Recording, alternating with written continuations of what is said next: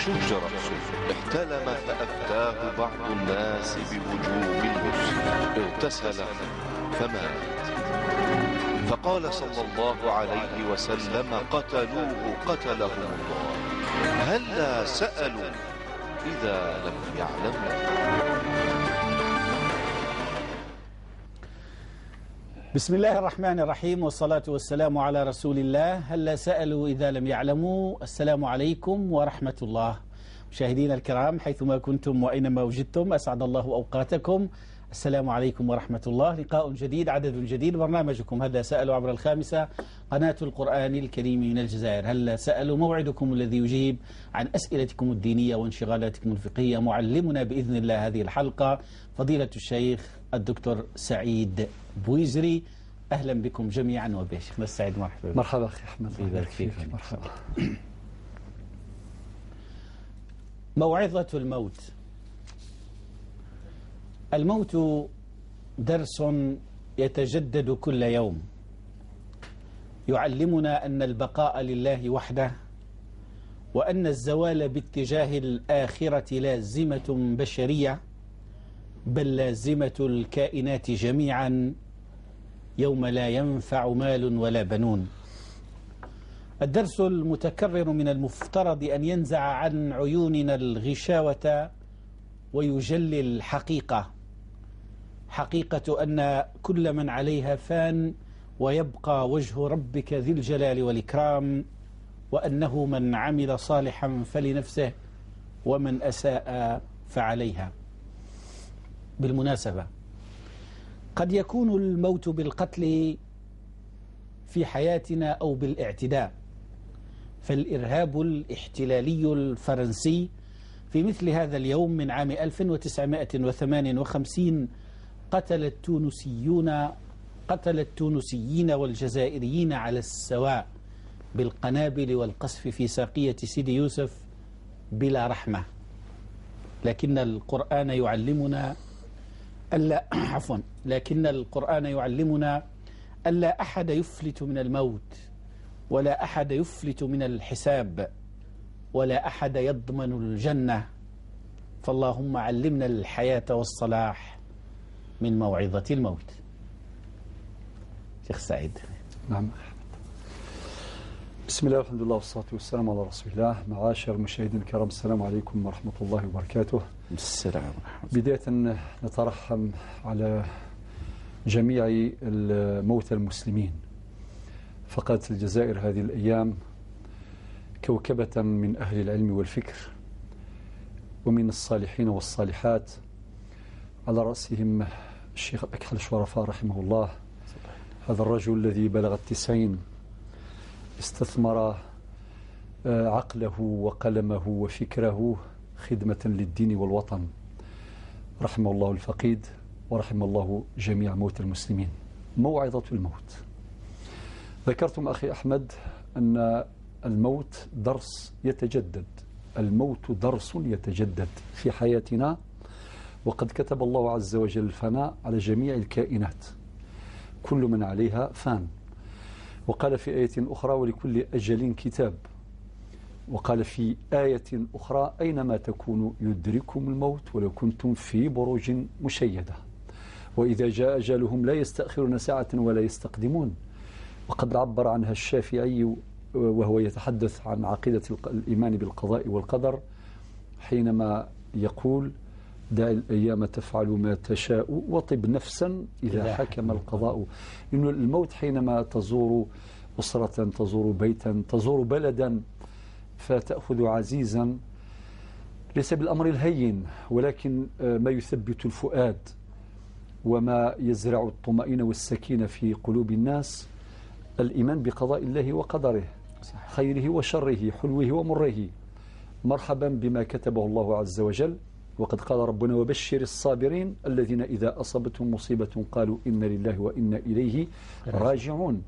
فيقول الشافعي رضي الله عنه ورحمه الله: دع الأيام تفعل ما تشاء وطب نفسا إذا حكم القضاء ولا تجزع لحادثة الليالي فما لحوادث الدنيا بقاء، إلى أن يقول: ومن نزلت بساحته المنايا فلا أرض تقيه ولا سماء، وأرض الله واسعة ولكن إذا نزل القضاء ضاق الفضاء.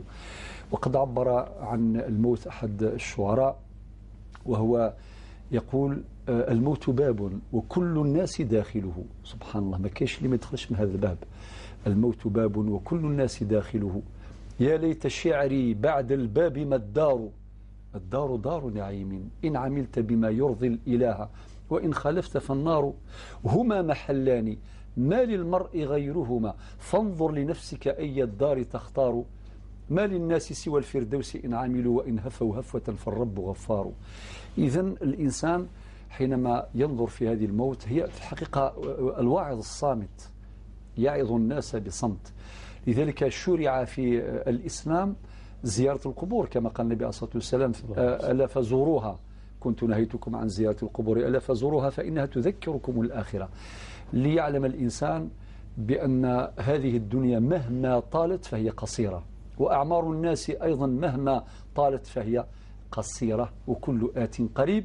ولكن الحياة الأبدية هي حياة الآخرة، وتبدأ من الموت. بعد الموت رحلة أبدية. ولكن نسأل الله عز وجل حسن الختام لنا جميعا ولجميع السادة المشاهدين والمشاهدات ولجميع المسلمين والمسلمات، ونسأل الله أن يرحم موتانا. موعظة الموت درس يتجدد.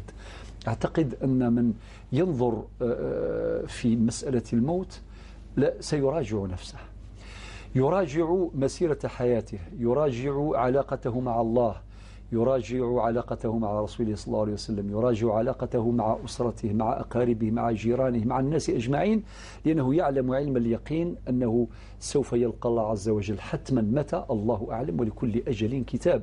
وقد قال ربنا في آخر ما أنزل من آي القرآن في سورة البقرة في الآية 281: واتقوا يوما ترجعون فيه إلى الله. معنى أمر يقيني ليس فيه شك ولا يتخلف أحد. واتقوا يوما ترجعون فيه إلى الله ثم توفى كل نفس ما كسبت وهم لا يظلمون. أخي أحمد، كعادتك دائما تذكرني بالحديث الأمازيغية. اليوم تذكرت. فالموت يعني أروع قصيدة سمعتها، هي قصائد كثيرة ولكن هذه القصيدة رائعة جدا، وصاحبها لا يزال حيا يرزق، اسمه الشيخ رمضان حفظه الله، كبير السن، يعني لم يتعلم لا في مدرسة ولا في ثانوية ولا في أي مؤسسة علمية، ولكنه علمته الحياة، والحياة أفضل المدارس ولكن عيبها الوحيد تكاليفها باهظة. قال قصيدة طويلة في الموت، يعني أقرأ بعض الأبيات وكأنني أترجم بعض المعاني التي وردت في حديثي باللغة العربية، فأقول نقلا عنه. يقول: صلت في النبي الطهر نتساند فافن الشفاعة، ثقصت الموت زيغ ثوعر، أشحال فردان الساعة، يقفغو يغزي في العمر لابد داوض الساعة. تعددت الأسباب والموت واحدة، مهما طال العمر فالموت لابد من الموت. ثم أبدأها بالحروف كلها، بدأها من الألف حتى الياء. تساد الموت الحرف الليف، الشهاذوري الثليف، ثكفى الهدرة ذات تكليف، هذا الشيء هذا غير العالي. تساد الموت الحرف الباء، تفاد الهليك السبا، وراس زمير الطبا، أرسولة ففن القبة، أم شفاعة تشيني. اختار بعض الحروف. تساد المس الحرف الثاء، الصورة يوثه ثوثة، الروح يساعد المرثى، لاد تسسن الورثة، كل يونكن يتمني. تساد المس الحرف الجيم، المؤمنين يتحوي جيم، غرث القرآن ثهجيم، سيثمس إن شاء الله تنجيم، أتمنى عمسي الحزاني. تساد المس الحرف الحاء، ناس زيك اسميك صحا، ذي بيت الله قلحا، إن شاء الله الدنوب يمحا، الصلاة على العدناني. تساد المس الحرف السين، أضروح رسخة من الحصين، نكي يكذ الفعلي وذي سين، يموت حسن ذي الحسين، أم خيراني ذير نكوني. تساد المس الحرف الذال، سيسمور يلي الفذال، ثلها زيغلة السعذال، الفقير كذ الغني. تساد المس الحرف الضاء، الحباب خذ من الفريضة، لنا سيلي سيفضى إلى قصبر القضاء وما الدنيا الفاني. تخترت بعض الأبيات وبعض الحروف دون ترتيب، أكتفي بهذا. نسأل الله لنا جميعا حسن الختام. شكرا جزيلا فضيلة الشيخ أستاذنا الدكتور سعيد بويجري. تحدثنا عن موعظة الموت لأننا نلاقيها ونسمع بها ونتلاقاها يوميا، ولكن الغفلة وتغلق أعيننا عن حقيقة ثابتة بأننا لا محالة ذاهبون، وأننا لا محالة محاسبون، وأن البقاء لله سبحانه وتعالى. فلنعمل في حياتنا من أجل أن يحاسبنا الله ولا يحاسبنا أحد بإذن الله. على بركة الله، قبل أن نبدأ في الشروع في الاستماع إلى أسئلتكم، نتم بعض ما بقي من أسئلة بحوزة شيخنا وأستاذنا سعيد بوزري. نبدأ شيخنا السيدة أم أحمد من فرنسا، وسؤالها الثالث المتبقي تقول: طبيب فرنسي أجرى لي عملية جراحية، طلب مني أن أصنع له الكسكس وسلم علي، ومرة أخرى طلب مني الكسكس لكنني لا أريد كي لا يسلم علي. تسأل في هذا الصدد. والله أولا يعني سبحان الله، في اللقاء السابق علقنا شوية حتى بعد الحصة يعني بعد البرنامج عن الكسكسي. الكسكسي الله يبارك عنده شهرة يعني كبيرة. طيب يا أختي الفاضلة، أولا ربي قال في القرآن في سورة قاف الآية 18: ما يلفظ من قول إلا لديه رقيب عتيد، سواء في أمر بسيط أو في أمر كبير. يعني أنت مادام وعدتي هذا الطبيب الذي أجرى لك عملية جراحية والحمد لله ناجحة، وعدتيه باش تجيبي له كسكسي، جيبي له كسكسي بالسلام. أما موضوع السلام هذا، طيب ممكن الإنسان يتحدث بكل عزة وبكل اعتزاز عن دينه وأحكام شريعته، ولكن إذا كان مد يده مديتي يدك ما في حتى حرج. علاش؟ ممكن تقول كيف هو الدين؟ نقول لك لا، جبر الخواطر من الدين. يعني أكتفي بهذا بالمختصر المفيد، يعني باش ما ندعو ما نخليوهاش قضية كبيرة جدا ولا، جبر الخواطر من الدين هكذا. وطبعا الكلام مسؤول عليه، يعني ممكن نستدل عليه بأدلة كثيرة، وأكتفي بهذا. معلش باش نخلي الوقت. بارك الله فيك. تقول أختنا أم أحمد من فرنسا: أبنائي كانوا صغارا، لما كانوا صغار لا صغارا يصلون، أما الآن كبروا فلا يصلون، انصحون. والله أولا الصلاة حينما واحد يتدرب عليها منذ الصغر طبقا لأحاديث وتوجيهات المصطفى صلى الله عليه وسلم، ذلك أحسن، لأن الصلاة لي خفيفة عليه. ولكن الذي نشاهده الآن في دنيا الناس أنه الإنسان كما يصليش حتى يوصل 25 30 40، يعني جهة ثقيلة كثير كثير. طيب الآن صغار اليوم عندهم أشغال كثيرة، يعني ألعاب والإنترنت والإنفورماتيك وهذه الأمور كامل، يعني لا حول ولا قوة إلا بالله. الملهيات كثيرة جدا، يقول يدخل يغرق وينسى صلاته وينسى كل شيء.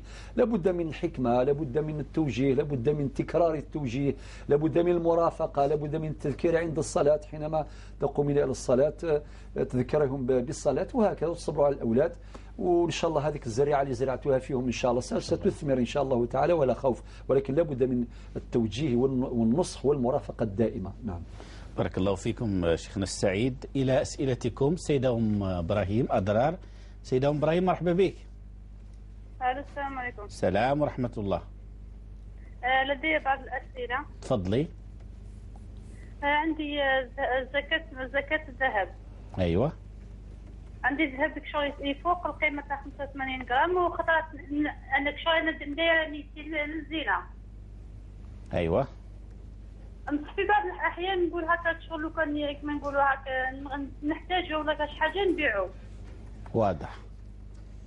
نزكي عليه ولا ما نزكيش؟ واضح. عندنا زد يعني شغل مدايرينهم بالكرا كريناهم. أيوة.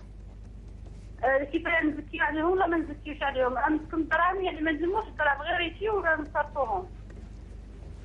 واضح. سؤال واحد اخر على نقولوا راسلي قال لي ديري النقاط. ايوه. دوك كاين بلايص وين كاين بلايص يقول لي ديريه، كاين بلاصه اخرى ما نديروش. شوف نروح للطامي ولا حاجه نقلعوا ما نديروش. هما نديرو علاش نقول من باب الغيره. هل شلون نأثم كي نقلعوا ولا ما شلون بلايص نديرو بلايص ما نديروش نأثم ولا ما نأثمش؟ واضح. سؤال فيما يخص صلاة الفجر بالتيمم. صلاة الفجر. صلاة الفجر بعد شلون كاين وحده من الزوجات شلون غير من صلاة الفجر بالتيمم بعد ندوش نورمال ندوش ونصلي بالوضوء. هذا بسبب الخوف من المرض؟ شو عرفت نعذب هكا ولا نسخ بالفجر وندوش وكامل. يعني ما يكفيش الوقت سيدة أم إبراهيم؟ انا عندي الصراحه كذا ما نوضش بكري ولا حاجه، شغل يفوت لي الوقت لما نصلي بالتيمم ثلاث الفجر فقط. واضح شيخ سعيد؟ واضح. ايوه. سؤال واحد اخر، السؤال واحد اخر فيما يخص كي نتوضا نصلي وبعد نضع مواد التجميل، هل ينقض الوضوء ولا ما ينقضش؟ عفوا. واضح. لما نتوضا للصلاه. ايوه. فيما بعد نضع مواد التجميل. واضح.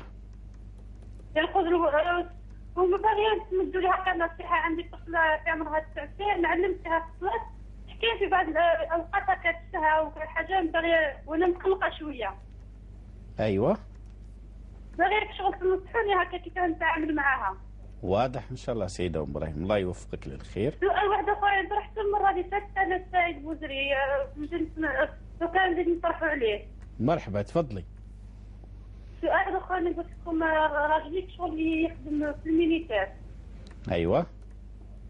وقلت لكم هكا في بعض الاحيان يجيب الاكل من تما كيما الخطره هذه يقول لي نشيلهم سياسات، هو شاد يخدم في البارك. ايوه. كي تنزلوا ما كذا حاجه فيها ولا يشريها من عنده ويقول لي هذاك الدراهم نجيبهم، شغل يمدوا له هذاك الرايس يمدوا له حاجه تاع الاكل. واضح. المؤونة. واضح. شغل فهمت وقلت له ما قالوا لي لازم هذوك اللي قلتوا لي عليه شغل هما اللي يسلكوا كامل، قال لي ما كانش منها، قال لي لازم نمشيو فيها حتى حنا من عندنا. طيب استاذه السيده ام ابراهيم، واضح ان شاء الله. جاوبك الشيخ مشنان اتصور.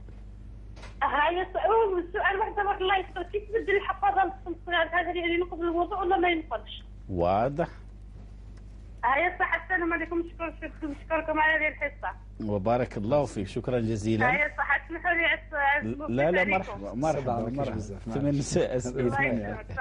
مرحبا بك سيدة ام ابراهيم. المخرج يونس، خلينا نكمل الإجابة ثم نستقبل مكالمة أفضل حتى لا نطيل. هل سألوا عبر الخامسة قناة القرآن الكريم من الجزائر، برنامجكم اليومي يجيب عن أسئلتكم الدينية وانشغالاتكم الفقهية. يونس، بسم الله توكلنا عليك يا الله. شيخنا، تسأل سيدة أسماء من فرنسا: صلاة الفجر تجدني وأنا في القطار، فهل يجوز لي الصلاة فيه؟ نعم. الجواب يا أختي الفاضلة، ركزي معي مليح. أنت كي تخرجي صلاة الفجر، طبعا ما ناش نتكلموا على الصلوات اللي عندهم وقت مشترك كما الظهر والعصر أو المغرب والعشاء، لا، نتكلموا على صلاة الفجر. هكذا جاء السؤال في الحافلة، في البيس كما قلتي، ولا في القطار، ولا لا يهم.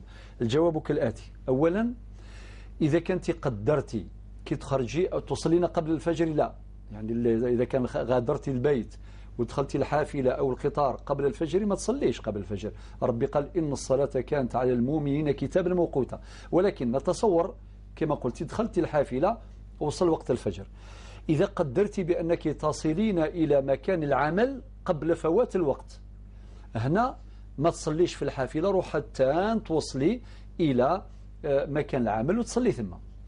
ولكن إذا عندك شك ممكن توصل ممكن ما توصلش، صلي داخل الحافلة أو داخل القطار، تصلي عادي تماما.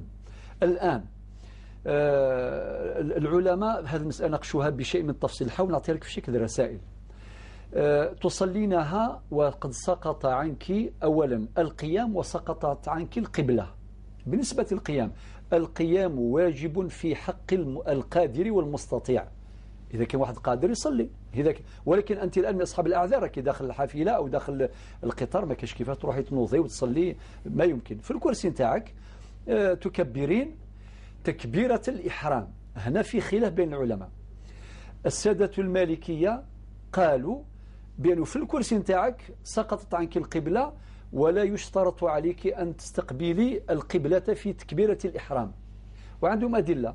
أما السادة الحنابلة قال لك يستحب أنك تديري تكبيرة الإحرام إلى القبلة ثم تجلسين وتصلين الصلاة نتاعك عادي. بمعنى راك ممكن توقفي ولا وأنت مثلا القبلة راهي في هذا الاتجاه، وفعلا بالنسبة للتلفزيون هنا في استوديو القبلة في هذا الاتجاه، وانا مريح هكا مثلا، انا وخويا احمد راح مسافرين، نكونوا نديروا هكا نديروا الله اكبر اتجاه القبلة تكبيرة الإحرام، ثم نكمل صلاتنا عادي بالجلوس. هذا عند الحنابلة. ولكن المالكية عندهم رأي آخر، قال لك لا، تكبيرة الإحرام من الصلاة. فإذا كان عند معظم الحركات والصلاة راك تصليها وأنت جالس دون القبلة، فكيف تستثنى تكبيرة الإحرام يعني إلى القبلة بمفردها؟ فالمسافر هو من أصحاب الأعذار تسقط عنه القبلة. وفي الفقه عنده باب اسمه تخفيفات الصلاة. من هذه التخفيفات كاين تخفيف الإبدال، كاين تخفيف هذا يسمى بتخفيف الإسقاط. وكذلك بالنسبة للمريض يرى في المستشفى وداروا له كاع الأمور هذيك الطبية وهو إلى غير القبلة، ماذا يصنع؟ لا يستطيع، سقط عنه القبلة. لماذا رب سبحانه قال فاتقوا الله ما استطعتم؟ هذا هو الدليل الآخر. هكذا هذا واش نقدر نقول. إذا يجوز لك الصلاة داخل القطار أو داخل الحافلة. الركوع تركعين ينحنى هكذا تخفض قليلا، وبالنسبة للسجود الخفض يكون أكثر. نعم. بارك الله فيك. سؤال الثاني شيخنا السعيد: هل أزكي الذهب الذي ألبسه فقط في الأعراس عندما آتي إلى الجزائر؟ الجواب لا، إنما العمل بالنيات وإنما لكل امرئ ما نوى. مادام شريتي الذهب للزينة تلبسيه انت ليك، ما درتيش للادخار. لماذا؟ لأن الذهب عنده قيمة ذاتية. اللي المرأة اللي شرت الذهب في 1970 مازال الذهب ذاك عنده قيمة، ولكن 100,000 ولا مليون تاع 1970 بالنسبة الآن 10. نعم. فبالتالي مش كما الأموال هذه النقدية هذه اللي عندها قيمة قانونية وليست قيمة ذاتية. هذه مسألة اقتصادية مهمة ومهمة جدا. إذا شريتي هذا الذهب للادخار ماشي باش تلبسيه تدخري به وكذا باش تحفظي أموالك، هنا طبعا يخضع للزكاة، يصير وعاء من أوعية الزكاة. أما شريتيها للزينة وعندك 85 جرام 200 جرام 300 جرام تلبسيه مرة في الزمان في الأعراس كي تجي الجزائر ولا كذا، هذا لا زكاة عليه، يعني ما تزكيش. نعم. بارك الله فيك شيخنا. من أختنا أسماء من فرنسا إلى الحاجة حبيبة تسأل: ابن جاري في رمضان اصطدم بجدار حادث، ومن الصدمة وشدة العطش شرب الماء. يبدو أن لم تكن ذاكرة، وقيل بإشارة منها ولا يهم، بإشارة منها أو منه ولا يهم. الجواب طبعا هنا ماذا ارتكب حادث، وحنا عارفين والعياذ بالله إن شاء الله ربي بعدين عن الشر كامل والحوادث. واحد حينما يرتكب الحادث يعطش، هذا بالنسبة للمجربين يعني يقولون ذلك، وخاصة هو في رمضان. هنا شرب لأنه عطشان. والسبب الثاني كان ارتكب حادث يحتاج إلى الماء، والماء يتحايا به إن شاء الله يعني ينتعش بذلك الماء، ولم يتناول هذا الماء انتهاكا لحرمة رمضان. إذن هذا يقضي ذلك اليوم وفقط، يقضي نهار هذاك اللي افطر فيه بشربه للماء لهذا العذر المذكور، ولا شيء عليه فقط ما عدا هذا. بارك الله فيكم شيخنا السعيد وأحسن الله إليكم. هلا سألوا عبر الخامسة قناة القرآن الكريم من الجزائر، برنامجكم اليومي يجيب عن أسئلتكم الدينية وانشغالاتكم الفقهية. البرنامج مباشر، أرقام التواصل تظهر على الشاشة. فقط يوم الجمعة سيكون لقاءكم مع الشيخ محمد الشيخ للإجابة عن الأسئلة التي ترد عبر البريد الإلكتروني. يحين الآن مشاهدينا الكرام موعد أذان صلاة المغرب حسب التوقيت المحلي للجزائر العاصمة وما جاورها من مدن.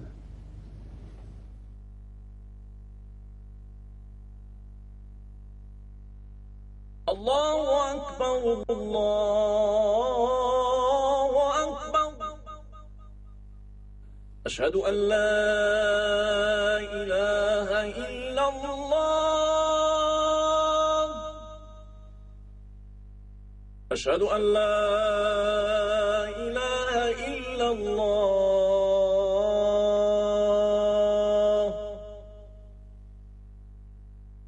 أشهد أن محمدا رسول الله،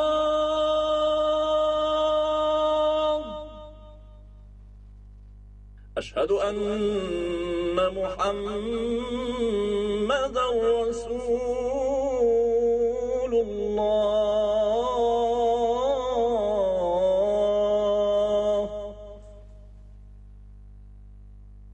حي على الصلاة.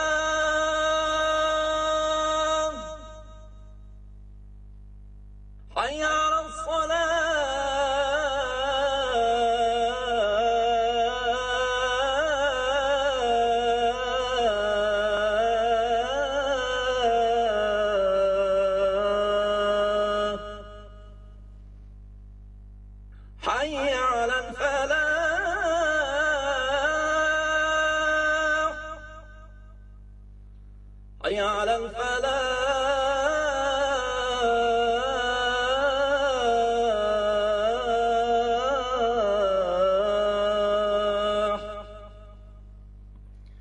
الله أكبر الله أكبر لا إله إلا الله.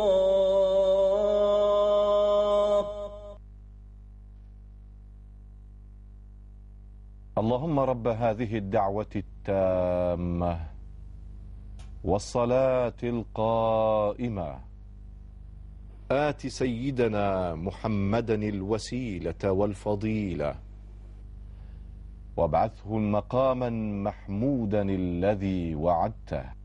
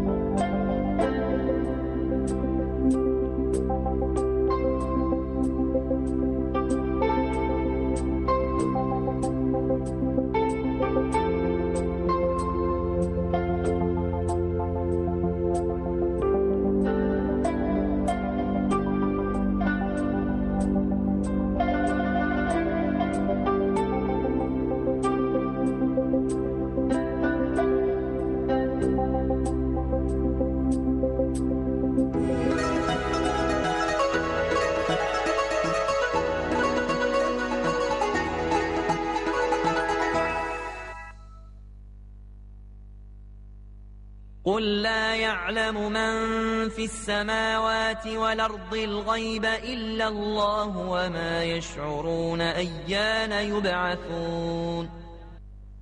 تقبل الله صلاة الجميع بمزيد من الأجر والمغفرة والثواب. هلا سأل عبر الخامسة قناة القرآن الكريم من الجزائر. إلى عبد الكريم من عنابة شيخنا السعيد يسأل حكم الحديث بعد الإقامة بالنسبة للمأموم. نعم، وذا يحصل يا أخي أحمد كثيرا وين يجي المأموم وبعدين هو يدخل المسجد ويرى أمامه الإمام يكبر للركوع فيركع. طبعا هو يدير تقدير لو يجري قليلا ربما ما يلحقش الركوع، معنا فاتته ركعة، وإذا أدرك الركوع مع الإمام فقد أدرك الركعة فيركع هنا ويمشي خطوات. الجواب حصل ذلك لأحد الصحابة لأبي بكر الثقفي. النبي عليه الصلاة والسلام سأل بعد الصلاة من هذا، يعني كان يجري باش صلى وحده خلف الصف ثم التحق بالصف. قالوا زادك الله حرصا ولا تعد. هذا بالنسبة للركوع. أنت تسأل عن الإقامة. عن الإقامة بالنسبة طبعا سؤالين على بالك. لا الدماغ رايح لهك. بالنسبة للإقامة لم يرد نص شرعي لا في القرآن ولا في السنة يمنع الحديث بعد الإقامة. هذا كمبدأ عام. ولكن كما قلت مرة اللي فاتت أعتقد في يوم من الأيام أشرت إلى هذا الأمر. واحد كي يبدأ يسمع الإقامة خلاص دخل في جو الصلاة فلا يشتغل أو يشغل نفسه بكلام آخر إلا لحاجة. بمعنى سمعنا إقامة الصلاة، دخلنا في جو الصلاة، فلا نتكلم كلاما يعني هكذا أي كلام إلا إذا كانت لحاجة. مثلا كأن نقول لأحد الناس مصلين يعني عندنا فراغ بيننا نقول له التحق بنا أروح مثلا، هذا لحاجة. هذا قبل التكبير شيخنا، قبل التكبير لا يعتقد البعض لا قبل التكبير، يعني بعد الإقامة وقبل تكبيرة الإحرام. أيوة. بينهما، فبالتالي بينهما قلت لم يرد نص مانع، بالعكس هناك من العلماء الذين يقولون بجواز ذلك على الإطلاق، واستدلوا لرأيهم بأن النبي صلى الله عليه وسلم بعد الإقامة يأمر بتسوية الصفوف. صح. يعني بعد ما يسمع الإقامة وبعدين يقول يأمر استقيموا واعتدلوا سووا بين صفوفكم إلى آخره. فهذا الكلام الذي يقوله النبي صلى الله عليه وسلم هذا الحديث استشهد به للاستدلال على جواز الكلام بعد الإقامة وقبل تكبيرة الإحرام. ولكن الذي نراه طبعا أنه لا يتكلم الإنسان أي كلام آخر إلا لحاجة. نعم. هذا مكان، ولا يجوز الاشتغال بكلام آخر، وهو الآن مقبلون على الله عز وجل. بارك الله فيك. نستعيد الركوع دون الصف. أرجع عن الركوع لأن تفكرت في الركوع هو نفسه الركوع. نعم، هو هذا الإنسان كما سمعت السؤال أتذكره، قال لك دخل المسجد وسمع الإمام كبر للصلاة، وحرصا منه على أن يدرك الركوع مع الإمام، وإذا أدرك الركوع بمعنى صلاته يعني يعتد بتلك الركعة. نقول النبي صلى الله عليه وسلم حديث أبي بكر الثقفي حينما وصل كما هذا السؤال تماما، سأل عن النبي عليه الصلاة والسلام ما الذي فعل ذلك، فقال له فلان، فقال له زادك الله حرصا. معناه النبي عليه الصلاة والسلام فهم بأن هذا الصحابي جرى وركع وحده دون وصوله إلى الصف حرصا على إدراك الصلاة، إدراك الركوع وإدراك الصلاة جماعة مع النبي صلى الله عليه وسلم. فقال زادك الله حرصا، وبعدين قال ولا تعد، ولا تعد. بمعنى النبي عليه الصلاة والسلام ينبهنا أن الإنسان حينما يمشي إلى الصلاة، يذهب إلى صلاة الجماعة، يمشي على سكينة وطمأنينة، ما يجريش. وكثير يا أخي أحمد ربما صارت لك أنت أيضا وين نصلي ونسمعوا الناس تجري، يعني صحيح. يتوضوا بسرعة ويلحقوا كأنه ويفسدون على الناس خشوعهم، يشوشون عليهم. اللي يركع حد عند الباب ويكمل. يعني إذا كان الإنسان صارت له مرة في الزمان وكذا وما تبقاش هذه قصته، يعني دائما يجي متأخر ويجري في داخل ويعتمد على قدراته البدنية باش يلحق الركوع. ما يديرهاش دائما، ولكن إذا حصل منه ذلك فلا حرج، فليركع وحده ثم يمشي ويلتحق بالصف، ويعتد بذلك الركوع ويعتد بتلك الركعة. أعتقد جمعنا الآن الجواب بشكل جيد شيخنا. بصح في الحديث شيخنا نتعلم التربية النبوية، سبحان الله، الحفاظ على السمت، على الوقار. نعم. ورغم ذلك يعني ما دام جيت للجامع زادك الله حرصا ولكن لا تعد تشوف التربية النبوية، أدب النبوي. سبحان الله. لذلك النبي عليه الصلاة والسلام يعلمنا الفقه ويعلمنا الأدب. معلش نذكر حاجة برك، وإن كان هذا انتصار لمذهبنا المالكي، هذه صار لأحد العلماء الكبار في الأزهر الشريف، فكانوا يدرس وتأتي جماعات وصلاة المغرب ويصلون جهرا طبعا، فجماعة مرجمة ولكن حينما التحق من كان طبعا هذا لا أقول تعصب للمذهب أبدا، يعني لا أذكر هذا فقط للاعتبار ليس إلا، فصلوا كل واحد وحده، لأنه في المقرر في الفقه المالكي وإن كان الإمام الراتب صحيح. إذا التحق جمع من الناس بعد أداء صلاة الجماعة مع الإمام الراتب في المسجد فكل يصلي منفردا. فبعدين ارتاح يعني ذاك المدرس ذاك العالم، يعني قال لك ما يشوشوش علي هؤلاء، أليس كذلك؟ وما ذكرناه أيضا في موضوع المزدلفة يعني في الحج، الإمام مالك يقول لك يكفي حط الرحال، المالكية يكفي حط رحال ثم الاستمرار في المسير دون المبيت ليس شرط واحد يبات يعني اسمه من باب الوجوب. والآن مع الزحام وكثير من الناس يدعي. أذكر مرة قلت للناس ثم كنا ثم ربي يسر لنا الأمر هذا نتاع الحج ثم في فقه الإمام مالك يجوز باش نحطوا الرحال وننصرف. فواحد منهم قال الله يرحم الإمام مالك يعني اللي أعطانا هذه الرخصة مع هذا الزحام الشديد. وهنا نأخذ حكمة أيضا عن اختلاف العلماء. اتفاق العلماء حجة قاطعة واختلافهم رحمة واسعة. بارك الله فيك شيخنا السعيد وأحسن الله إليك. سيدة أم إبراهيم اليوم عولت علينا 8 أسئلة ربي يوفقك إن شاء الله. طيب أنا لو سمحت شيخنا أربط ما بين سؤال سيدة أسماء من فرنسا والسيدة أم إبراهيم. سيدة أم إبراهيم تقول عندي زكاة ذهب أكثر من النصاب تلبسه للزينة وتعرف بأنها إذا احتجت له تبيعه، هل أزكي أو لا أزكي؟ لا تزكي. وضيف هذا السؤال شيخنا. البعض يضع هذا الانشغال يقول المشكلة أنه ما كانش امرأة ما تحسبش أنه ذهبها عولة في حالة ما دلهمت المدلهمات مصيبة لا قدر الله عملية جراحية احتاجتهم رغم أنها تلبسهم ولكن ستبيع. يعني نية الاحتياط في الذهب موجودة. هل هذا يوجب الزكاة؟ نعم. إنما الأعمال بالنيات وإنما لكل امرئ ما نوى. أولا المرة اللي فات في جاني السؤال على زكاة العقار. أيوة. معليش نذكر فقط سادة المشاهدين لأنه أحدهم كان سألني أيضا السؤال في الموضوع. قلت له إذا وجدت فرصة بس نزيد نجاوبك نجاوبك. جاب لي ربي جاب فرصة. كيف؟ إذا كان واحد يشتري عقار لنفسه عقار عنده مشاريع يبني فيها دار ولا شيء من هذا القبيل قطعة أرض هل تزكى؟ الجواب ولا تزكى لأنه اشتراها للاستغلال للاستثمار للبنيان والعمران لا زكاة عليها. طيب أما إذا كان اشتراها أصلا للتجارة يشتري قطعة أرضية لأن العقار دائما مرشح يعني في الزيادة في السعر. إذا اشترى قطعة أرضية بنية التجارة فيها يبيعها نقول صارت من عروض التجارة فتخضع للزكاة. أليس كذلك؟ صحيح. أعود إلى الأول الذي اشترى قطعة أرض بنية باش يبني فيها وكذا ولكن في يوم الآن عنده مشكلة مالية مادية بغى يشري شاحنة عنده ديون عنده كذا هل يجوز يبيع هذه القطعة الأرضية ولا زكاة عليه؟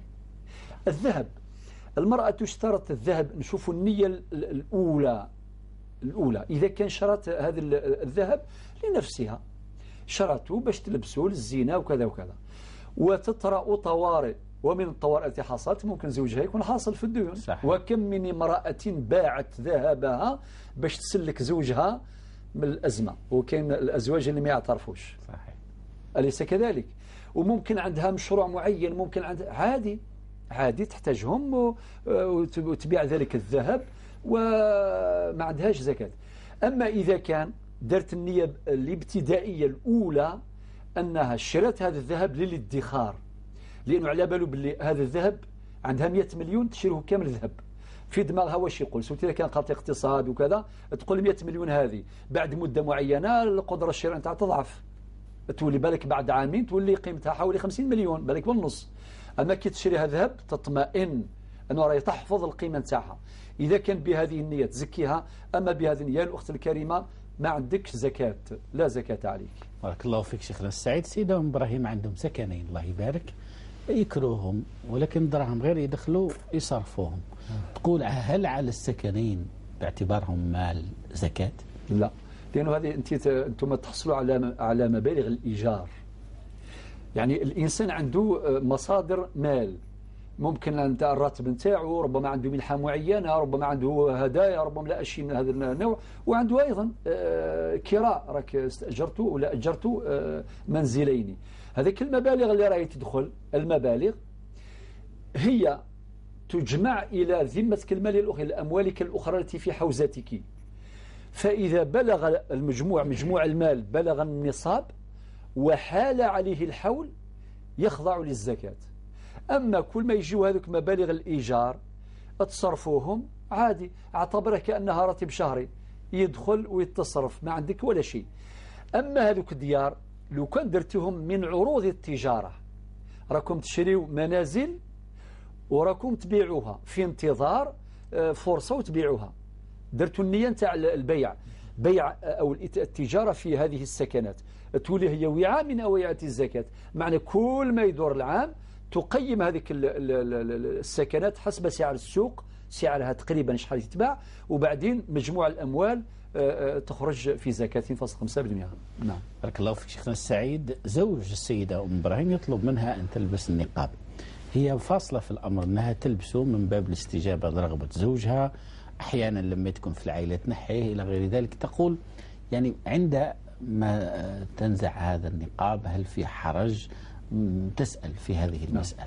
أولا ليس في ذلك حرج، ولو كان الحرج قائما وكان قرواش يقول النبي صلى الله عليه وسلم في الحج في أمر المتنقبات فبالتأول النقاب ليس فرضا، باش نكونوا واضحين ليس فرضا، ولكن من اقتنع، إذا اقتنعت يا أختي بأنه ديري النقاب ودرتيه إما قناعة منك أو رغبة منك أو خضوعا أو تطبيقا لأوامر الزوج، وبعدين عندك ظرف آخر نحيتيه ما عندك حتى حرج. بارك الله فيك. هو كانوا ماهوش كديريه من البداية فقط والإنسان تاعنا كيديروا العجر بكري، العجر يا اخي نقول بتاع العجر الحايك وكذا، وبعدين دارتو ما نحات، ولكن النقاب ليس فريضة. أنت درتيه عندك ظرف معين أو مناسبة معينة نحيتيه ما عندكش حرج إن شاء الله. كان الشيخ عبد القادر بن عزوز ربي يذكره بالخير وعدنا في تأليف كتاب حول أحكام اللباس، ولكن لم يظهر إلى اليوم. خلاص نطلبه بذلك عنها مباشرة، وربي يوفقه إن شاء الله ويسر الأمر إن شاء الله باش يخرج هذا الكتاب ثم يهدى ويباع أيضا. الله يبارك فيك. شيخنا صلاة الفجر بالتيمم، النساء قد يضطرن أحيانا بسبب ربما الخوف من المرض بسبب ضيق الوقت إلى الصلاة بالتيمم، تسأل على هذا الباب. إذا كان خشية فوات الوقت فالحرج مرفوع، فيصير التيمم من تخفيفات الإبدال، من تخفيفات الإبدال. شرح لنا معناتها اللي شكون يعوض الماء؟ الوضوء بفتح الواو، معناه هو الماء الصالح للوضوء، كما قال في حديث الإمام مالك، يعني النبي صلى الله عليه وسلم قال فدعا بوضوء، فدعا بوضوء، يعني ذلك الصحابي الجليل حينما طلب منه أن يعلم الصحابة كيف كان النبي عليه الصلاة والسلام يتوضأ، ورد بالحديث قال فدعا بوضوء، يعني بفتح الواو معناه الماء الصالح للوضوء، أما بضم الواو معناه العملية، عملية الوضوء. فبالتالي إذن الواحد إذا كان يتوضأ بالماء، إذا كان عنده، ولكن إذا كان صاحب عذر ويخشى أنه يفوت الوقت فيجوز لك باش تصلي بالتيمم، ثم عند بعد الشروق ترفع الحدث الأكبر والسلام، ولا تعيد الصلاة. ولا تعيد الصلاة. نعم. طيب شيخنا، تتوضأ للصلاة بعض المضافات التجميلية كعادة النساء، تقول هل هذا ينقض الوضوء؟ لا، ليس من نواقض الوضوء. السؤال يطرح بشكل آخر، معناه إذا كان واحدة درت هذوك البانتورات كاع اللي يديروا الله ما نعرفهم هذوك البانتورات بعدين تروح تتوضأ بهم هكذا، لا هذاك حائل عازل. أما بعد ما تتوضأي عندك الوضوء خلاص، وبعدين درتي هذه المواد التجميلية، هذه المواد لا تنقض الوضوء. بارك الله فيك. للسيدة أم إبراهيم طفلة 9 سنوات أحيانا تسهو على صلاتها وهي شوية عصبية وتعيط عليها وأنت تخلي الصلاة إلى غير ذلك، تستنصحكم شيخنا كيف تتعامل مع هذه الطفلة؟ دينوا النصيحة يا أم إبراهيم، أنت قلت يعني مقلقة، يعني ما تقلقيش، يعني هذه أول حاجة نقولها لك، لأنه الجيل تاع درك عموما هكذا، يعني كاين منهم الله يبارك يعني يسمع الأذان يروح يجري يصلي ويصلي في الوقت إلى آخره، وحينما يعود من مدرسته أول ما يبدأ به يتوضأ ويصلي ويقضي الصلوات إذا كان عنده قضاء وهكذا. ولكن كاين بعض الشباب الله غالب، بعض الذراري الصغار خاصة الآن، يعني علموهم وهم يلعبون، يعني هذا واحد. بتنقول الجيل تاع درك ما ينفعش هذاك العنف والزقا والعياط وكذا، ما ينفعش بنتي، أرجوكي روحي بالعقل بالتاويل. واش يقول النبي صلى الله عليه وسلم اللي يحبنا ويحبكم ويحب الصغار ويحب كذا، وتحدثي عن فوائد الصلاة، وحاولي بالإقناع بهذه المبررات بهذه الحجج اللي هما يقتنعوا بها الجيل تاع درك أكثر من الأوامر. وما تقلقيش يعني، لأنه كل ما إذا كنت تقلقتي ممكن تصلي هكذا يعني شكلا بلا خشوع وبلا قناعة، ونهار اللي ما تشوفكش انت ما تصليش. يعني حاولي ترسخي هذه القيمة، قيمة حب الصلاة في قلبها بالطريقة المتدرجة المنهجية المرافقة التذكير والإرشاد الدائم، ورب إن شاء الله يحبب لها الصلاة ويحبها لجميع أولادنا. بارك الله فيك شيخنا السعيد. سيدة إبراهيم تقول رجلي عسكري، طبعا هي أشارت المؤسسة التي ينتمي إليها، وبالمناسبة نحيي العساكر المرابطين في حدودنا في مثل هذا الظرف التاريخي الصعب الذي نعيشه، خاصة المسؤولية تتزايد وربي يوفقهم للخير. تقول أنه هو متخصص في شراء قطع الغيار، المسؤول تاعه لما يشري حاجة من عنده يقول له عوضا على واش راك مشتريات لك تقتنيها نعطوك مقابل ذلك مؤونة يديها للدار. وقال المرت أن هذا لا أرى فيه حرجا. والله هذاك النهار يعني أذكر يا أختي أم إبراهيم في واحد الظاهرة حبينا نبين لها من خلال هذا المنبر أنه ماشي مليح. اللي يخدم في المستشفى واللي يخدم في الثانوية واللي يخدم في الجامعة واللي يخدم في المؤسسة العسكرية وكذا، كاين اللي يستبيح لنفسه يديو الأكل الطعام المخصص لأولئك اللي راهم عايشين داخل تلاميذ ولا عسكريين ولا كذا، ويأخذوهم. نقولوا هذا لا يجوز بأي حق استحللتم أموال الناس، وربي يقول لا تأكلوا أموالكم بينكم بالباطل. هذا الأمر لازم يكون مبدأ واضح للعيان. ثم حتى السيارات الخاصة، يعني السيارات نتاع العمل، إذا كان سيارة عمل ما يجيش واحد يروح يدير بها كلانديستان مش عارف ايه ويبيع ويشري ويدور وكذا، لا ما ينفعش. المال العام هذا لازم نعطيه له حرمته وقيمته. نعم. ويبقى هذا الشيء إذا كان هو شرى قطع غيار شراها من عنده وبكل شفافية قال المسؤول تاعو هذه شريتها 100,000 هذه 50,000 هذه 40,000، وقدر هذا المسؤول أنه هذيك المواد اللي ربما باش ربما ترمى ربما لا أدري، هو قدر، هو مسؤول يتحمل مسؤوليته أمام الله سبحانه وتعالى. كلكم راع وكل راع مسؤول عن رعيته هكذا. ولكن المسألة تحتاج فعلا إلى ضبط، تحتاج إلى ضبط. لأنه هذا الإنسان نقول بطريقة أخرى ممكن هذه السيارة الخاصة هذه ممكن واحد يستخدمها في حاجيته هو أحيانا، ربما يدي مريض ربما يدي مرته ربما يدي ولاده إلى آخره. مقابل ذلك يدفع من جيبه المازوت يعني الوقود ولا يشتري قطع غيار خاصة اللي ما هيش غالية بزاف. نقول بارك الله فيك، هذه إن شاء الله تتعوض هكذا أحسن، بيتحقق نوع من التوازن. هذا واش نقدر نقول. ما نقدرش يا أختي الله أكبر، يعني ما نقدرش نقول فرنك واحد يأخذ الإنسان بغير حق، لا ما ينفعش. والأحوط للدين، علاش قال النبي صلى الله عليه وسلم ومن اتقى الشبهات فقد استبرأ لدينه وعرضه، كالراعي يرعى حول الحمى يشك أن يقع فيه. خل الإنسان ينأى، نقول لك بكل صراحة. أحيانا في الجامعات مثلا البريو هذيك المسودات اللي يمدوها تلقى واحد مثلا يرفد كمية تاع المسودات اللي توزع للطلبة ويديرها في المحفظة ويروح، ولا 4 5 يديها معاه. يعني نقول هذا بصراحة، نقول لا يصح. ما يجيش واحد يقول كاو الناس كلا وكلا، لا خويا، لا، الشرع هو هذا وكل واحد يتحاسب. كل واحد يتحاسب على هذه ورقة. هذه إذا كان نأخذها بحق الله يبارك وإلا فلا، هذه ورقتي أنا نخدم في مؤسسة ما نجبدهاش ونروح ندير بها إشغالي، ما ينفعش. يعني أذكر مرة واحد أعطى لي رسالة باش نقراها له وكتبها لي بخط اليد ما ننساهاش، ولقيت أوراق نتاع الامتحانات يعني باينة. قلت له علاش الأوراق؟ قلت ما عنديش كما يقولوا ما عنديش. نعم، رحت لي هذيك النية باش نصحح لك هذه الرسالة، لأن هذه الأوراق ليست لك. قال لي جبتها من الجامعة. قلت له لا يجوز. فهمت كيف؟ بايلك ما هوش حاجة، هي بسيطة، ولكن لا في الحرام لا. لذلك يقول لك لا تنظر إلى صغر المعصية، ولكن انظر إلى عظمة من عصيت. بارك الله فيك شيخنا السعيد. قبل أن نبدأ في الإجابة على السؤال الأخير لأختنا أم إبراهيم، لا بأس، أختنا هاجر من قسنطينة انتظرت قليلا. أختنا هاجر مرحبا بك. السلام ورحمة الله. جزاكم الله خير على هذه الحصة المباركة. واجبنا، تفضلي. راح نطرح لكم سؤال فيما يخص عندي الوالدة والوالد مطلقين يعني من زمان، عندهم ذلك 8 سنين ولا طلاق رسمي. بابا طلق، كان مطلق ماما أكثر من 3 خطرات. المهم دوكا بابا حب يرجع لماما، قال لنا قلنا سقفي ولا كان يجوز كنت تعاود الزواج وبعد تطلق وتعاود ترجع له.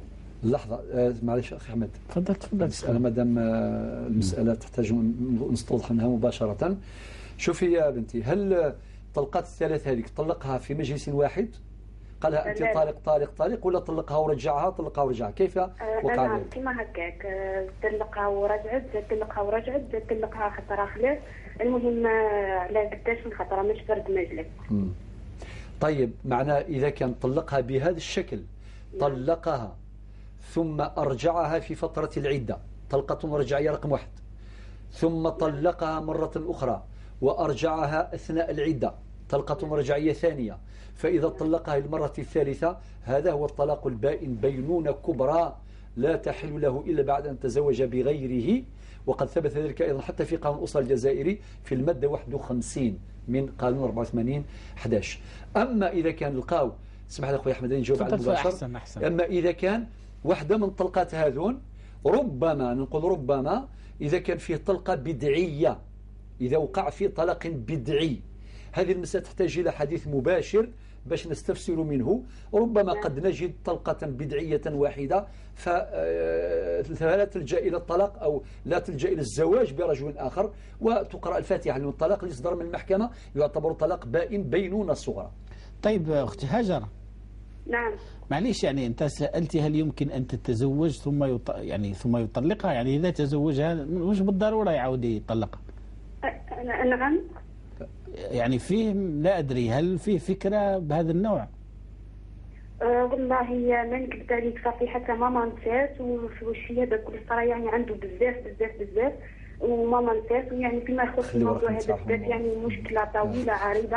على هذا الشيء يعني حابة لو كان يعني تقدروا تمدوا لنا الشيخ الرقم تاع الشيخ ونعاودوا الاتصال. لا بأس أختي هاجر، خلي رقمك الهاتفي ما تقطعيش. نعم. زملائنا ياخذوا رقمك وشيخنا السعيد بعد استكمال البرنامج بما يقارب الساعة، يعني ما تقلقوش عليه، سيتواصل معكم. خلي رقمك أختي هاجر، بارك الله فيك، ربي يجيب الخير إن شاء الله، وكل واحد يطلق 8 سنين ومن بعد يحصل يعني. سبحان الله. هل سائل عبر الخامسة قناة القرآن الكريم من الجزائر؟ نعم. طيب نجيب على السؤال الأخير لأختنا أم إبراهيم من أضرار. هل تغيير الحفاضة ينقض الوضوء؟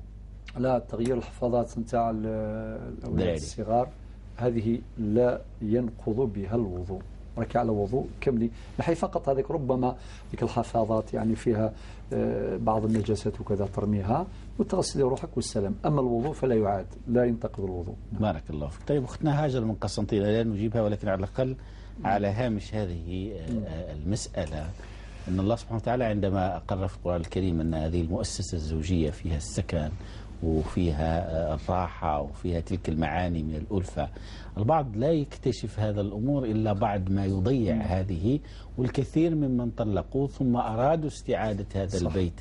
تقرير المولى سبحانه وتعالى أن هذه المؤسسة فيها هذه العناصر متحقق. كيف يمكن أن نفهم شيخنا الناس بأنهم حافظوا على ما أعطاكم الله حتى لا تندموا فيما بعد؟ بارك الله فيك. الحقيقة كيف يتذكر الإنسان أن الله عز وجل سمى هذا العقد بالعقد بالميثاق الغليظ. صح. هذا في حد ذاته صمام أمان، سماه ميثاقا غليظا، رقم 1.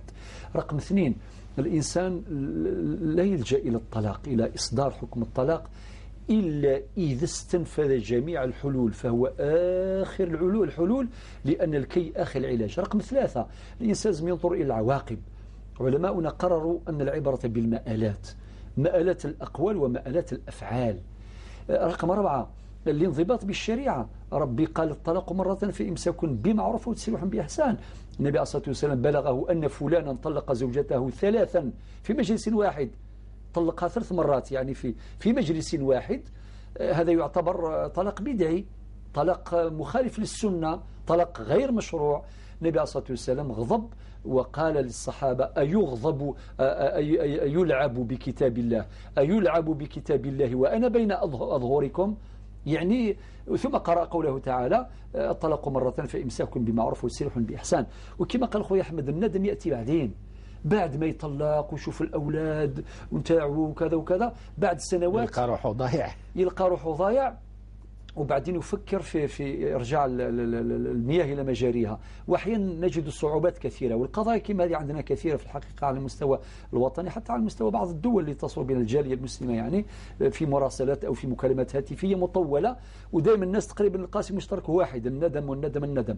لذلك الإنسان يروح بالعقل، هذه أسرة مؤسسة زوجية لابد أن ترعى، لابد أن تحمى، ما لا يلجأ الإنسان للطلاق هكذا لأتفه الأسباب. والأخت هاجر إن شاء الله نتواصلوا معك بإذن الله تعالى، نأخذ أكبر قدر منك من المعطيات ثم نفيدك بالجواب الكافي والشافي إن شاء الله. بارك الله فيك شيخنا، ربي يحفظك. غير بعيدا عن قسنطينة باتنا أختنا سليمة، مرحبا. الو السلام عليكم. الو السلام عليكم الشيخ. وعليكم السلام ورحمة الله. مرحبا بك سيدة سليمة، مرحبا. الشيخ عندي سؤال فقط، عندي يعني متحيرة شوية. عندي الأم توفت، عندها مدة، عندها عام شهرين، الله يرحمها. وأنا كثيرة من أمري، عندي مشاكل هكا تعرضت لواحد الوقت عندها سنوات. فالخطيب تاعي سلفته مبلغ من المال. أيوة. وهذاك المبلغ من المال على أساس سلطة، هو ما حبش يرجع لي هذاك المال. بقيت أنا وياه في مشاكل عدة، وكان ضميري أنبني من خاطر رجال ما درتش حوايج كيما هاك. أسمع فيا شيخ. أيوة. ما كنتش متوقع اني راح ندير حاجه كيما هذه، وتلمت في هذاك المبلغ على اساس اني تهرجها هذيك الامانه ونحكي لها، وانما خطفها الموت. الله غالب ما دروك ما عرفتش كيفاه ندير. المبلغ راني لميته في الوقت اللي راح تموت، كنت ندعي في ربي انها تعيش ونحكي لها، بصح ما قدرتش، يعني فات الاوان. دروك من فضلكم انا واش ندير ولا واش نعمل؟ راني يعني عايشه في بنت كبير. خير ان شاء الله. ومن فضلك الشيخ اذا تقدروا تعطيوني رقم الهاتف تاع الشيخ باش نتصل به، خاطر عندي امور اخرى حاولت نحكيها ما نقدرش نرجع نعرفها. طيب لا باس ان شاء الله اختنا سليمه، يجاوبك شيخنا واضح السؤال. ممكن تحصل الله فيك الشيخ وشطط معايا في الحسبه. شوفي اختي سليمه، نعم حبيت نستوضح منك حاجه. يعني انت المبلغ اللي اعطيتيه لهذا الخطيب، على حبيت المبلغ اللي اعطيتيه للخطيب هذا على حبيتي تخبري الوالده؟ لا خاطر نسلم على اساس انه يقضي فيه امور ويرده لي. ما كنتش عارفه، ما حطيتش في بالي انه مش راح يرجع لي هذا المبلغ. انت اديتيه على الوالده دون علمها؟ نعم. اخذتيه من الوالده دون علمها؟ دون علمها، على اساس انه يدير به امور ويرده لي. واضح اختي سليمه، ربي يوفق لك. وهذا الشخص دوك حنا تزوجنا نورما قطعتنا 6 سنين ولا 7، مي يبقى هذا نفس المشكل باقي طول الامور ديما المشاكل تبع على اساس هذا المشكل. ايوه ولكن راكم متزوجين اليوم. ولأن في ضميري يافا بزاف. طيب راكم متزوجين. انا عليها الشيخ. اي الله يوفق العائله ان شاء الله، هذا عامل اخر. ان شاء الله. من فضلك يا استاذ اعطيني رقم الهاتف من فضلك. طيب خليك مع زميلنا يونس ياخذ رقمك الهاتفي، وشيخنا هو اللي يعيد الاتصال بك. طيب اختنا سليمه بارك الله فيك. شيخنا تفضل، وضح لك الامر. هي خطيبها اخذت مبلغ من المال من امها دون علمها، وسلمته لخطيبها لكي يقوم به قرضا بنيه انه يرجع لها المال. لما توفيت رحمه الله عليها الوالده شعرت بالذنب، يعني أخذته دون علمها وماتت دون علمها بأن بنتها أخذت مبلغ. اليوم راه متزوجين ولكن تقول أنا الحمد لله الآن عندي المبلغ وش ندير به. أمها ماتت، ربما كل ما تفكرت المبلغ تفكر يمه. نعم. ديري أمرين إن شاء الله وينتهي الأمر نهائيا. أولا التنبيه في الشرع كما يسمى باستقالة الذمة المالية. الإنسان لا يتصرف في مال غيره إلا بإذنه، لا يتصرف بمال غيره أو في مال غيره إلا بإذنه. لذلك حتى من الناحية الفقهية ومن الناحية القانونية تقررت جملة من الحمايات. صح. الحماية المدنية، دعوى الاستحقاق ودعوى التعرض للملكية ودعوى الجزائية ودعوى، يعني دعاوى كثيرة تقررت في القانون ولها أصول في الفقه الإسلامي. المقصود منها حماية الملكية. طيب هذه كملاحظة عامة. أما أنت الآن يا الأخت سليمة خذيتي مال من أمك دون استئذان، وهذا خطأ، ولكن لا حرج، يعني راهي يماك، هذه ما هيش هذا المال اللي سلفتيه لزوجك الآن يرجعوا لك هذا المال كان وقت هذيك خطيب طبعا، يرجع لك هذاك المال وانت ترجعيه، هو يعتبر ميراثا. هذا ميراث. معنى وتخبرين أسرتك، يعني ورثة الوالدة، انت واحدة منهم راكي وارثة، وزايد يعني الورثة الآخرين لازم يعرفوا كامل أنه هذا المبلغ راه نتاع الوالدة، أنا أقرضته وأعيده الآن كميراث، ويوزع طبقا للفريضة الشرعية. اتفقنا؟ الآن نأتي للنقطة الثانية. أنت إن شاء الله باش يرتاح ضميرك أكثر، خذي مبلغ ما تيسر تصدقي به على روح الوالدة نتاعك، وتفرحيها بالصدقة الآخرة إن شاء الله للجنة والسلام، وما تقلقيش يعني اطمئني تماما. نعم. ولا شيخنا جاء خطرت فكرة وانتم اللي توقعوا عليها، يعني لما سألت عن زواجها قالت هاي متزوج، يعني يا ريت تحسن العلاقة مع الزوج ويرموا البيت ويبعدوا عن المشاكل بهذا السبب، باش حتى الزوج يدعي لها يقول يرحم اللي رباتك وتنتهي هذه الحزازات. أنا أوقع على هذا الكلام بلا تعليق. بارك الله فيك. الله يحفظ ماشي مفتي شيخنا. بارك الله فيك. شكرا جزيلا شيخنا، ربي يحفظك ويبارك فيك. رضوان 3 دقائق الله يرضى عليك، تفضل بالسؤال. لاباس؟ لاباس الحمد لله سي رضوان، الحمد لله. ربي يرضى عليك. عندي مسألة الطلاق، طرحت على الشيوخ الخطأ اللي فاتت وما جاوبونيش. يا رضوان رانا في الدقائق الأخيرة، تفضل ربي يوفقنا. وطلقت الطلقة الأولى. أيوة. راك معايا؟ أيوة. بلا ما نشعر. كيف بلا ما تشعر هذيك؟ ما كنت غضبان هكا زعما باش نربيها، زعما باش نخوفها. اي بصح كي ماشي قصدي نطلقها للتخويف، ولكن كنت على بالك باش راك طلقت. ما كانش قصدي باش نطلقها، ترمي برك. خلاص يا راك معايا؟ الطلقة الثانية؟ والطلقة الثانية صارت خصمة كبيرة، دبزة. لا إله إلا الله. أيوة.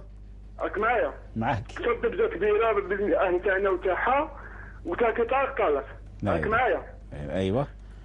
وقعدت مدة طويلة قالت لي روح وقالنا وكان ما تروحيش، ما تروحيش، كان راني خارج، إلا خرجتي أكن طلقة بالثلاث. أنا روحت خرجت كي وليت ما لقيت لا المرأة لا الولد. راك معايا؟ أيوة. أوصلنا للمحكمة، طلقتها، فرحنا في المحكمة، ودروك أنا باغي تولي وأنا باغي نردها، حنا سقسينا. راك معايا؟ معاك سي رضوان معاك. سقسينا قال لك تولي نحسبوها لك تلقى وحده في المحكمة. شكون هذا؟ هنا اللي باغي نزيد نسقسي. رضوان ما تقطعش الله يخليك، خلي رقمك الهاتفي. أيضا المسألة فيها شوية تعقيدات، ربي يجيب الخير. إن شاء الله. بارك الله. الله ينور. خلي رقمك الهاتفي ما تقطعش. شيخنا تفضل شيخنا سعيد. الحقيقة الأمر ما بقي من ثواني. أي. بالنسبة للطلاق يا سي رضوان، درك أنت شوف روحك فيما أقول. طلقتها الطلاق الأول تخويفا أو كما كانت، المهم صدر لفظ الطلاق، والطلاق يقع بلفظ اللافظ، هكذا يقرر السادة الفقهاء. خلاص. طبعا طلاق الغضبان هذا كان عنده أحكامه شرحناها في أكثر من مرة في هذا المنبر مع إخواني الأساتذة. أما تقول بلا قصد وكذا ما يعنيش، أنت تدرك معاني الألفاظ، انتهى معنى يقع الطلاق. فإذا رجعتها في فترة العدة خلاص هذه الطلقة رجعية رقم 1. الآن نأتي للطلقة الثانية. أنت قلت صارت يعني خصومة كبيرة. يا ربي إن شاء الله يهدينا الخير. واش نقول داخل الأسرة وتصرى كل هذا القرة وهذا الحروب، يعني والله ما ينفع بصراحة يا سي رضوان، وربي يرضى عليك يا أخويا، ولكن ما ينفعش بكل صراحة. والآن من بعد زدت أنت راك في وضعية تعبانة، وزدت قلت إذا خرجتي أيضا فأنت طالق. يعتبر طلاق معلق على شرط الخروج، فيقع بوقوع الشرط. مادام في إشكالات كثيرة، وكيف وصلت القضية المحكمة؟ فإذا صدر حكم القاضي بالطلاق فهذا طلاق بائن بينونة صغرى. مادام خليت الرقم الهاتف نتاعك إن شاء الله نتواصلوا معك بإذن الله تعالى، آخذ التفاصيل منك ثم أعد المشاهدين بالإجابة في الوقت الذي يتيسر إن شاء الله تعالى لينتفع الجميع. يفشل الطلاق. نعم حقيقة يفشل. لماذا؟ لأنه فيه نقص في الفهم أحكام الشريعة، ممارسات كثيرة متعددة، وكثير اللي طلقوا ببنية التأديب، بنية ما قالش القرآن ولا السنة من أراد أن يؤدب زوجته يؤدبها بالطلاق. من هنا بعدين ولاو يجتهدوا واللي طلقها طلاق بأونغرو طلاق بالرافال يعني ماشي طلقة واحدة تلقى 20 30 والمعلق شيخنا يعني المرأة هذه أيضا تتحمل طلاق معلق خرجت الآن راهي تقول له كيف نقدروا نعاودوا نولوا يعني والمرأة أيضا شريكة في المسؤولية نعم سورتو إذا كان شاف زوجها راه غضبان وراه قلقان وراهي على السبة وطلقات كثيرة وكذا إلى آخره أحسن باش نعم يعني ممكن ما تديرش هذا الشيء قالها ما تخرجش للحفاظ على هذه الأسرة. طبعا كاين مسائل كثيرة تاع الطلاق يا أحمد تحتاج فعلا إلى توجيه تربوي. الحكم الفقهي وحده لا يكفي. نسأل الله أن يعيد المياه إلى مجاريها وإصلاح ذات البين. شيخنا سعيد شكرا جزيلا لك. مشاهدينا الكرام شكرا لكم. السلام عليكم.